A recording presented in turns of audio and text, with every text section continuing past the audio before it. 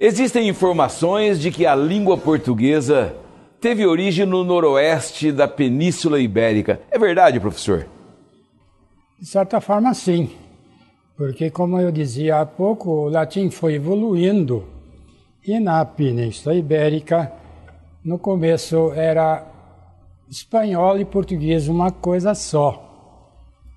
Lentamente houve essa separação, lentamente, mas foi na Península Ibérica. Professor, eu já não sou mais uma criança, mas eu tenho aqui que confessar, claro, aos meus telespectadores e ao senhor também, que eu não me recordo de uma mudança na nossa língua. Me recordo dessa última que teve agora. E talvez o senhor poderia, com mais precisão, de quanto em quanto tempo que há uma mudança? Nós vivenciamos mudanças em 1943, eu era menino, em 1971, e agora essa que vinha sendo costurada desde 86 para acabar em 2008. Na verdade, o que houve antes de mudanças é estudado na gramática histórica, através dos metaplasmos. E há sempre uma constante mudança, desde o português arcaico. Antes disso, quando nem era português ainda, chamava-se romanço. Mas era uma mistura ainda de espanhol com português. E assim toda a língua vai evoluindo.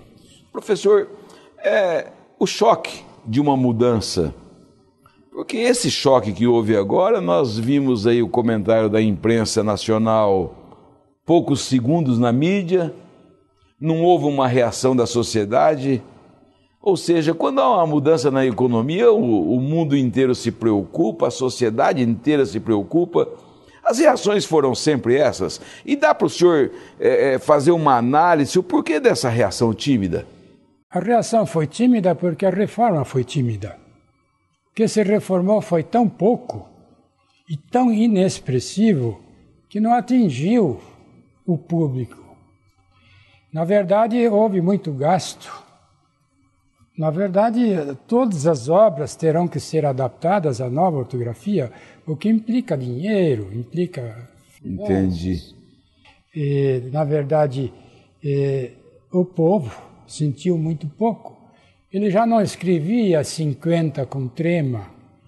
O banco não devolvia o cheque porque não tinha trema. Ninguém valorizava isso, então caiu o trema. E daí? Ele já nem usava. Então, foi muito inexpressiva essa mudança. Quando podia ter sido muito mais profunda, ela foi muito na tona, muito pouca. O senhor está querendo dizer que as escritas que nós estamos fazendo do passado equivale à mudança do presente? Praticamente. O que foi escrito em português de antes dessa reforma está plenamente válido, aproveita-se da mesma forma, ninguém titubeia em usar o livro, o dicionário, qualquer informação. Tão inexpressiva foi a mudança. Professor, eu queria perguntar para o senhor o seguinte. É claro que o senhor, como brilhante professor da língua portuguesa, o senhor conhece o passado e até o estudo sobre isso. O que a nossa língua conserva ainda do passado? Como nós somos uma língua latina, nós falamos o latim transformado. Certo. Na verdade, para conhecer bem a fundo a língua portuguesa, é importante ter conhecimentos de latim. É importante. E a língua latina influenciou tanto o mundo, as línguas, as culturas, que a gente vê à torto e à direito, por toda parte, inscrições em latim, ainda hoje. E para exemplificar, o inglês, que não é língua latina, língua anglo-saxônica, tem mais da metade das palavras originárias do latim. O senhor está me dizendo, então, que as escolas hoje são todas incompetentes? Não chego a dizer isso, não. Eu digo, há novas cadeiras, há novos conhecimentos que precisam ser transmitidos aos alunos que não havia anteriormente, o que impossibilita, talvez, que a língua latina seja ainda ensinada. Por exemplo, todo mundo sabe que um computador é muito importante. Hoje em dia não se vive sem ele, claro. Então é necessário, é uma matéria obrigatória. E assim por diante. As escolas de hoje, as escolas do sonho do senhor que estão ensinando essa gurizada nos dias de hoje? Não sei se é sonho ou se é pesadelo. Na verdade, eu sonhava com uma escola diferente. Como professor de língua portuguesa e língua latina, eu lutava por um ensinar da língua pátria mais dinâmica. Os objetivos maiores, ler, escrever e falar. Nossos alunos não leem. Eu vou dizer uma coisa aqui que, pasme o senhor, o que vou dizer, mas aconteceu com minha esposa lecionando língua portuguesa, que um aluno não queria ler o livro que deveria ler. E voltou de casa dizendo, olha, meu pai se formou no curso superior sem ler um livro. Deve ter uma cultura invejável. Não é possível que nós continuemos a ensinar desta forma. Professor, essas mudanças faz com que a gente vai perdendo a questão original da nossa língua, do nosso idioma, ou não afetam muito? Não afetam muito, desde que demos o devido valor.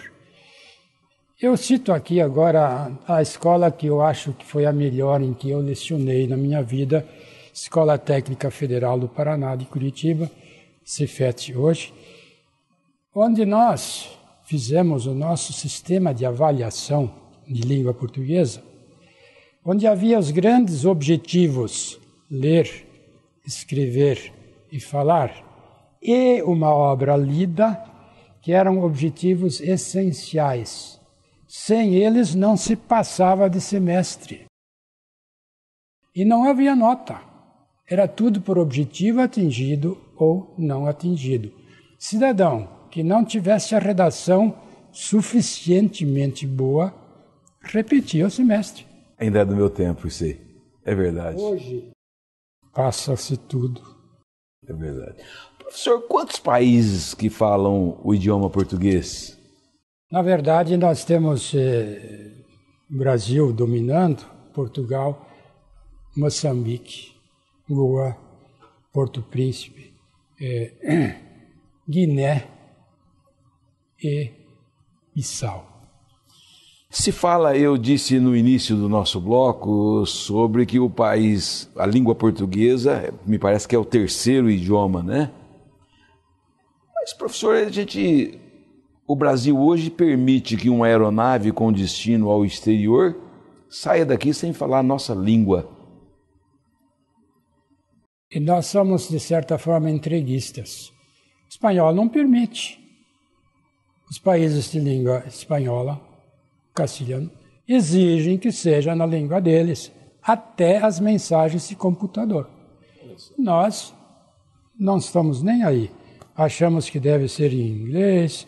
Há poucos dias eu fiz uma viagem à Terra Santa e o meu voo foi pelaquela empresa KLM. E saindo do Brasil eu falei, olha só, deputado federal, senador da República, perdendo a maior chance de exigir que qualquer aeronave, enquanto estiver no solo brasileiro, seja obrigada a falar o idioma português. Porque era fácil observar pessoas que estavam ali no voo, já não entendiam mais nada, já na saída, dentro da nossa terra do Brasil.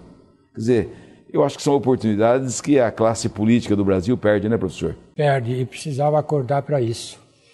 Valorizar a nossa língua é muito mais por aí do que numa reforma como foi feita. Aí sim nós vamos nos impor perante as nações, nós vamos nos impor como língua culta, quando nossas obras serão também escritas em português. Exato. Porque nós assim o exigimos. Ok.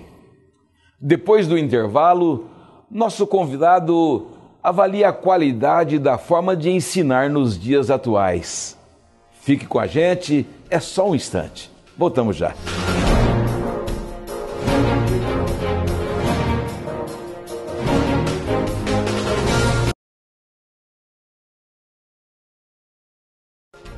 Fique sabendo sem censura. Um oferecimento. O que você precisa comunicar? Interessante para quem precisa saber. BW, Assessoria de Comunicação. Com cerca de 272 milhões de falantes, o português é a quinta língua mais falada no mundo, a terceira mais falada no hemisfério ocidental e a mais falada no hemisfério sul da Terra.